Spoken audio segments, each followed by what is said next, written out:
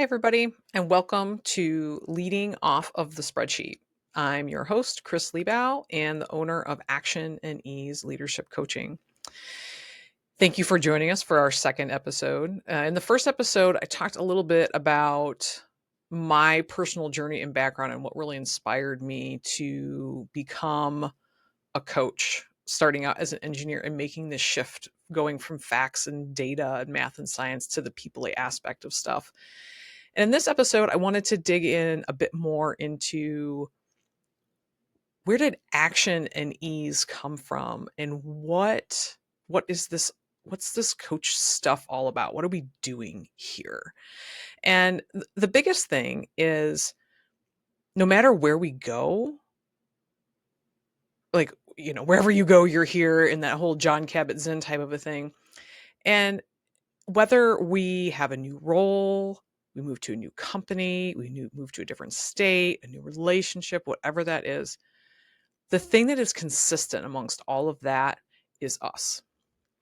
And when we look at, our desire, as analytical people, our desire to fix things and, solve problems and make the world a better place, the thing that we have the greatest control over is ourselves.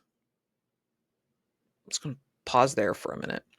And I talk a lot about, right, the frustration with, you want to lead a horse to water and you can't make it drink. Right. So some of it is, how are we set up for success in those moments? How do we create these environments where maybe a horse does want to drink? Or is this an attachment that we have, that's something that somebody else, a way they need to be, something that they need to do, asking them to do something that's maybe not the right thing? So what adjustments, what opportunities do we have within ourselves to create these amazing places that we want to work with, the relationships that keep us at companies way longer than we should when we're not aligned, when you're not aligned with the vision, or the culture? Or how do you really truly show up to help create those things and address some of these problems within your organizations? So a lot of this is about these underlying patterns. When we're looking to solve a problem in the workplace, in our organizations, right? We're looking for, like, what's the root cause? What's the, and particularly sometimes, like, what's the most significant contributor? If I do a Pareto of things, what's the thing that's having the biggest impact on that? Because that's where we get our biggest bang for the buck. And so particularly with coaching, right? It's not about this massive we're changing everything, you got to reinvent stuff. It's like adjusting, it's fine tuning. Remember back VHS, right? We had the little tracking knob and it wasn't clear, and we had to make these adjustments to dial it in so we had that crisp picture. That is what coaching is about. And the trick to all of this is, you're watching a movie, that's great. There's one little tracking knob to adjust. The challenge is that in life, there are hundreds, maybe even thousands of different knobs to be adjusted. So how do we find the knob that has the most significant impact into showing up how we want? Again, building, the culture, showing up as the people that we really want to be, that inspire people to collaborate, to take action. And ultimately, that is what led to action and ease coaching. Because when we really, right, when we put the finger on the thing that's causing the problem and we make the adjustment in the right place, that is where we get the biggest results. It's finding the right action that then brings a sense of ease, right? Sometimes there's this relief, just the name it to take, like, oh, this is the thing that has been creating the biggest problem, right? Not that things necessarily get easy, though, when we identify our biggest opportunity that's when we get excited. That's when we want to make changes, right? It's not just like, oh, man, I got to go change this. I don't know if this is going to work. So it's it's doing the homework. It's doing the thinking to making sure that we're going after the right knobs. One of the things that I was asked very early on, and I kind of get this from time to time in other places, is say, Kris, are you a leadership coach or a life coach? Okay. And I'm a member of the International Coaching Federation. There's no specific, denomination of coach. A coach is a coach is a coach. In my mind, the leadership versus life coach, right? Like there's this overlap within there, because really when we look at that is we're looking at ourselves. Now, we don't have to do any, everybody has a different level of woo that they're looking to embrace, right? And a lot of people hear a life coach and they think, oh, that's all this woo whatever stuff. What we're really looking at, and why I have gone in this category with this leadership coaching, is that yes, we do need to have a handle on ourselves. And because we have the most control in our own personal realm, when we start there foundationally, that builds a whole new level of awareness where we can start, when we look at how we're interacting with people within our organizations, right? I get asked the question, well, am I wrong with this? Like, well, what do you think about moving forward with this? How much of this is me? And the bottom line is, I don't know what the answer to that is, though. The idea is that you can start to understand, right? If this is the issue or the challenge or the relationship, how much of this is me, how much of it this is the other person. When we start with self, we start to understand how we're showing up in that conversation, and we can start to see and understand a little bit more about what's going on in other people. So I had one client talk about how he felt like it was being, taking the pill in the Matrix, right? Where you could see the code going everywhere. Being able to have that agency to see how they were showing up and how they were interacting with things brought this whole nother level of conversation and collaboration.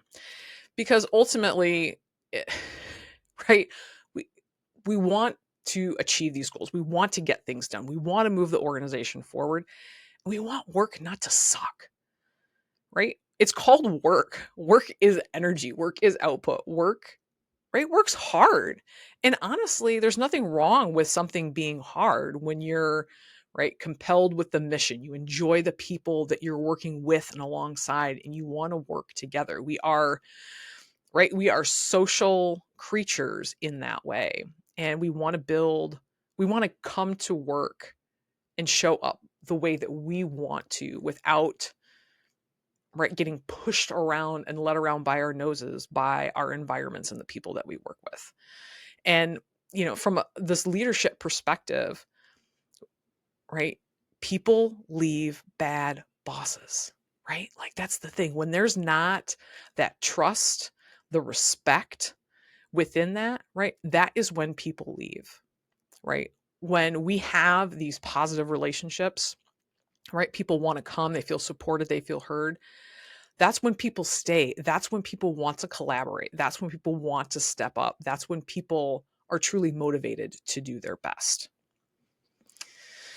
So in this realm and doing our best and moving forward and growing, in identifying our own personal patterns, one of the things that I have found about me, and so these things too, when I say we're talking about these patterns, these are the things that have made us successful, right? We have been applauded about these things, these characteristics that we have that have got us to where we are. Though the challenge is that at a certain point, we need more than that, particularly in our leadership positions, because being a leader is about being able to see other people's styles, to be able to adapt, right? And be the person that blends and pulls this all together. So I am, right, one of my things I like it when things are correct. I like it when things are clean, when they're predictable, right? I'm that precise, engineering, like, oh, we're going to go build something. Let me get my graph paper and my ruler out. Um, I love that mastery of things. And so one of the things I love are like certifications. Oh my gosh, a friend of mine, um, we've done a lot of things together, and he goes, we're kind of certification whores. And I was like, yes, we are. When I meet other people that have this same tendency and pattern to want, right, to really dig in and master and get into the nitty gritty details, I share that. And they're like, oh my God, I love it. Right. I so connect with that. And even right when we get a new certification, we do these different things. We need to be able to integrate it into life. It's not enough to be a master about this thing and have this stuff. It's how do we take it and connect it into the world and integrate that? And, that's a bit, whether it's a certification or a book or a podcast or whatever, right? There's this knowledge that's out there. And we have this and it swirls around in our brain, right? These random sticky notes that are out there. And the challenge is, how do I integrate this into everyday life? How do I bridge this gap and pull these things together? Um, I know you've gone and Googled things that are out there and listened to podcasts and different things. And it's how do I bring this into my life? How do I take action with this? So again, back to this action and ease part. And that's a big part of what we do in coaching is, right, building this self-awareness, identifying these areas of opportunities, and then looking and saying, how do I put this into action? Right? How do I make something of this? I know there was this joke I heard a long time ago, and there's a surgeon and an auto mechanic, and the auto mechanic says to the surgeon, like, "Oh, I don't know why it's such a big deal. You do what you do. Like, you go in, you fix things, and I do the same thing. I troubleshoot, I diagnose, I go in there and do it." And the surgeon's like, "Okay, yeah, that's great. Well, do it with the engine running the next time." And right, that's the whole thing. Like it's sometimes right, the repairman, the auto mechanic part, like that's nice when we can sit and analyze and do these things and take our time and figuring that out. In the real world, we're surgeons. We're out there, in the moment doing those things. We can't pause life. And so this building your ability to be able to manage in the moment, right? That we have that faster turnaround, that we're building those connections, that becomes incredibly valuable in order to keep things moving forward as smoothly and efficiently as possible. We don't have to, right? We don't have to turn the thing down or, turn everything off to go figure it out and then turn around and turn things back on, because we don't have that. And a big part of that is understanding where these opportunities are, where these choices are that we have. Knowing that we can choose A or B is one of the biggest reasons why we don't choose B, because we always do A. We don't realize that there's a B or a C or a D out there. So that's a big part of coaching and identifying that, right? What are these personal patterns, these habits that we have, whether it's at work, it's at home? There are things, and if you don't know what your patterns are and you really want to have a conversation, some of those people can probably identify them for you, though that's absolutely something that we can take, because we're going to get all the stuff and people's opinions and biases and things with that. With coaching, we can take a look and get a little bit more objective with what some of those things are. And so, right, again, the action and ease aspect of that has really become a personal mantra of mine in working to identify the pattern, what is the action, and then finding that sense of ease that comes about with that. And so finding the right action is the difference between being busy and making progress. There's no shortage of things to do in the day. And when we're able to hone in on the most important things that we need to do to make that change, we start to free up energy. We're not running around reacting so much within our environment. We're able to be right, more composed. We're able to make decisions that are in line with where we're going. We talk about, people talk about boundaries. It makes saying no easier in the appropriate moments because we have this new sense of awareness that, the connected to the vision and where it is that we're going.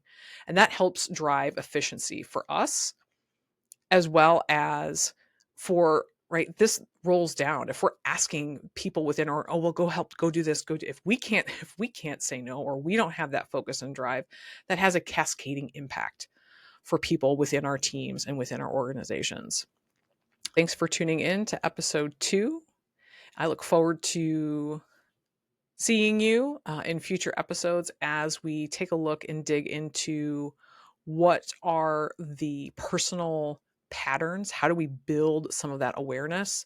I'll be sharing some stories, different perspectives, maybe even having a few guests on and providing some inspiration and insight on how to tackle some of those people-y things that we need to take care of that are not spreadsheet or flow chartable.